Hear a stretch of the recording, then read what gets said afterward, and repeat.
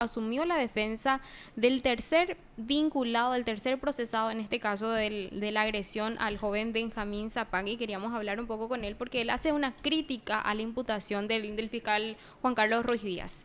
Buenas tardes, doctor, ¿cómo estás? Un saludo para ustedes y para la audiencia. Sí, doctor, justamente asumiste la defensa de José Samir Samaniego y vos haces una crítica a lo que dice la imputación del fiscal en este caso. Sí, yo hago una crítica al renglón en el cual el fiscal supuestamente describe los hechos que se le atribuyen a mi representado, porque claramente en esa línea en la que el fiscal se toma el tiempo de describir, entre comillas, la conducta de Samaniego, no se pone en claridad a la defensa, ni al juez, ni a nadie, cuáles son los elementos fácticos que constituirían la coacción. Y hay que aclarar de que en realidad acá no se está hablando de una participación en el hecho punible de lesión grave, sino que eso es un supuesto hecho punible de coacción respecto a Guillermo Brites Gavito. El fiscal, conforme al artículo 302, inciso segundo, tiene que describir sucintamente el hecho que le atribuye al imputado. Y en ese documento, que todos pueden y habrán accedido y habrán Sí. leído, el fiscal simplemente dice que José Samir Samaniego se acercó amenazándole a Guillermo Brites y no dice cómo le amenazó, con qué le amenazó, y después dice que en un momento dado le dice José Samir a Guillermo, vamos a solucionar esto afuera. Y tampoco explica por qué es que esto constituye una amenaza de qué y amenaza con qué, y por qué esto a su vez le constriñó concretamente a Guillermo Brite a qué cosa, tampoco se ha descrito. Entonces tenemos una cantidad de elementos del tipo penal que imputa que no tienen correlato fáctico, es decir, uno no encuentra cuál es la porción de hechos que se subsidiaría en cada uno de los presupuestos de este tipo penal. Y justamente, doctor, en este relato, digamos, escueto, ¿verdad? Porque no declara, este es el testigo, no declara en qué momento sucedió, no declara la hora tampoco. Entonces, para ustedes, ¿ustedes estarían pidiendo la nulidad de esto, doctor? O sea, eso en realidad todavía no fue admitido por el juzgado Ah, penal de garantías, y esto puede ser corregido por la jueza, es decir, la jueza puede rechazar esto. Pero si así no lo hiciese, nosotros vamos a plantear, vamos a recurrir su decisión y vamos a recurrir esto, porque uno puede sacar muchas conjeturas y puede empezar a hilvanar ideas para saber qué es lo que se puede sospechar que se le atribuye a Camil, pero esa no es una tarea que le incumba a la defensa y no es una tarea que se permita en un debido proceso. Porque el artículo 17 de la Constitución Nacional justamente lo que pretende garantizar es que uno conozca clara y precisamente desde el comienzo qué es lo que se te atribuye a vos para poder aplicarte una sanción penal. Y a partir de ahí tenés derecho a controvertir, pero conociendo claramente los hechos que se te atribuyen. Acá hay varios hechos que la norma requiere que existan y que no están descritos. Entonces, no le cabe a la defensa otra cuestión más que reclamar que se complete los elementos que hacen al tipo penal o que se rechace esa imputación de plano y no se vuelva a imputar. Ahora es un poco llamativo, doctor, porque en el párrafo que hace referencia a tu defendido, que porque es el último párrafo nada más donde lo mencionan, dice que él prácticamente se acerca amenazándole para que no identifique al autor, pero no se entiende, o sea, como bien dijiste, si es que, no sé, lo empujó, si es que le dijo, además de esto, si le dijo algo más para que no lo vea o algo así, o sea, es muy confuso este relato, doctor, es muy genérico, digamos. Genérico es lo mínimo que le podés decir, pero además es autocontradictorio, porque en la tercera línea dice que Guillermo Brites dio aviso a las personas encargadas de la seguridad del local, identificando y señalando al agresor. Ujú. Es decir, dice que Brites ya cumplió con el rol de identificarle a las personas autoras del hecho. Y ahí viene supuestamente, dice, momento en que José Samir se acerca a él amenazándole para que no identifique al autor. ¿Cómo si ya le identificó según el propio fiscal con anterioridad? ¿Verdad? En primer lugar. En segundo, ¿cómo le amenazó? Y en tercer lugar, da a entender que la amenaza otra vez consiste en haberle dicho vamos a solucionar esto afuera.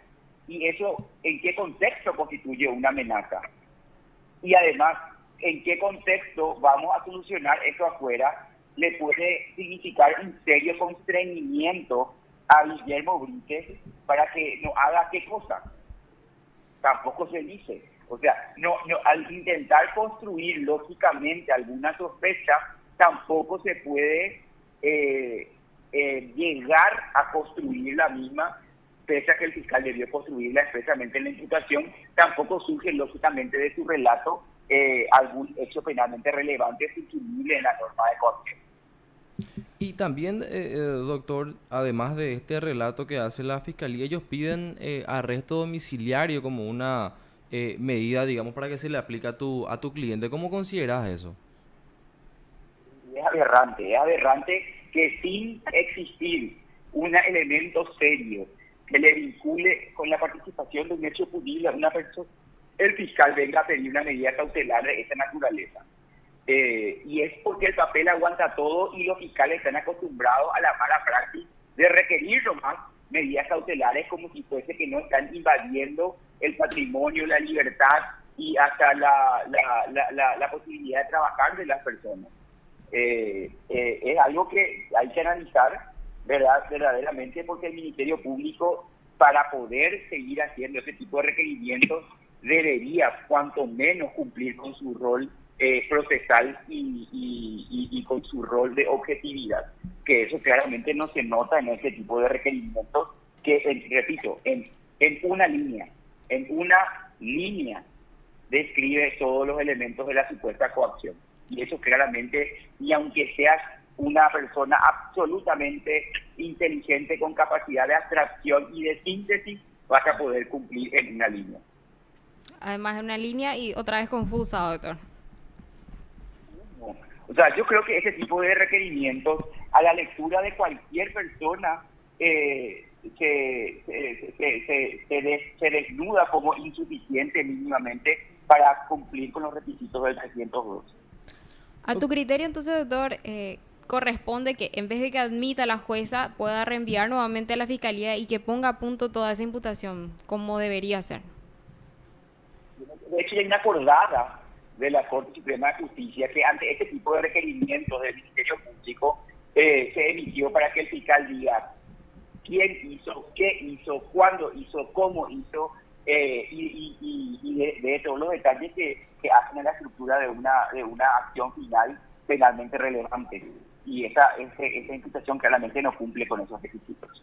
Doctor, tengo entendido que tu cliente ya declaró incluso ante la fiscalía una declaración indagatoria. ¿Él te manifestó algo respecto a eso? ¿Te pudo contar qué fue lo que manifestó ante el fiscal o no? El cliente ya viene a mí imputado y luego de haber declarado en fiscalía, cosa que yo, si hubiese sido su abogado, no lo hubiese permitido, porque cuando uno declara sobre la base de una atribución de hechos, cosa que no existía al momento en que él prestó declaración indagatoria. Y él básicamente cumplió con un rol de presentarse y dar su descargo. Lo que él sostiene es que es mentira que él le haya amenazado a Guillermo Brites, que él le conocía. Lo que sí él dice es que Guillermo Brites estaba con una botella de champán en la mano y que venía como para seguir la pelea con Grau, momento en que una mujer le ataca a Guillermo Brites y él también se interpone ante Grau y le dice que termine ahí. Por eso es que se escucha o que se cita esa frase, vamos a solucionar eso afuera, pero no me consta y tampoco corresponde que empecemos a tener esa discusión en este momento, porque hoy con la jueza yo eso no puedo discutir. Eso yo voy a discutir con el fiscal de acuerdo a los elementos que hay en la carpeta fiscal, pero lo que sí podemos discutir es que esta imputación no se puede admitir. Doctor, una consulta también en base a esto. Se hace la imputación en base a una sola declaración que es de este Guillermo, pero ¿es suficiente una sola declaración de alguien para poder procesarle? pedir su arresto domiciliario? Categóricamente que no. Es palabra de él contra la palabra de mi cliente. Eso tiene que ser construido de otra manera y se debería buscar objetivamente la responsabilidad que pueda existir respecto a otras personas. Pero esa mala praxis fiscal está desnuda, está expuesta al desnudo en su imputación. Si ahora vamos a analizar la evidencia que sostiene que, como vos decís, es una sola declaración. Ujú. Bueno, doctor, y cambiando un poco de tema, te queríamos abordar también sobre esta resolución de la jueza Elsa García que dispuso adelantar el juicio del diputado Miguel Cuevas. ¿Cómo tomás esa decisión, doctor? ¿Ustedes como defensa solicitaron o esto se da solamente por iniciativa del tribunal? Fue el tribunal el que cambió todas las fechas, llegó ahora de noviembre a marzo, ahora cambia de marzo a febrero y así va tomando decisiones de acuerdo a su calendario y de acuerdo a no sé qué criterio, porque modificar la fecha de un juicio supone modificar la agenda de 3 jueces, pero también de los abogados. Yo ya tengo agendadas otras audiencias de juicio notificadas con antelación en esa fecha en que se convocó. Entonces vamos a comunicar eso al Poder Judicial a cargo de la doctora Elsa García para que con tiempo posponga esa audiencia. Y en caso de que se llegue a hacer, doctor, ¿tenés el acceso a las carpetas fiscales para poder hacer la defensa? Toda la documentación, estamos preparados. Esta es una causa que en realidad no tiene básicamente corazón. La causa se abrió por el enriquecimiento ilícito y el juez penal de garantía excluyó las pericias contables que sostenían el supuesto enriquecimiento ilícito, que de hecho no existe. Entonces, básicamente es un esqueleto que no tiene órgano. Y esa acción que habías presentado ante la corte está pendiente todavía, ¿verdad, doctor? Trámite. Pero eso tiene que ver con el hecho punible de declaración jurada falsa. Ya, o sea que igual podría iniciar entonces el juicio, doctor, independientemente de esa acción, porque tengo entendido que también habías planteado con una medida cautelar de urgencia, ¿verdad? Que todavía tampoco se resolvió. También está pendiente de resolución. Y bueno, doctor, te agradecemos demasiado tu contacto y también los datos. Muchas gracias, doctor. Te informó PDS Radio TV Digital. Lo escuché al fondo ahí al final. Sí, al fondo Parece que se iba de repente un a veces. problema con la llamada, pero se lo entendió la mayoría durante todo el tiempo prácticamente.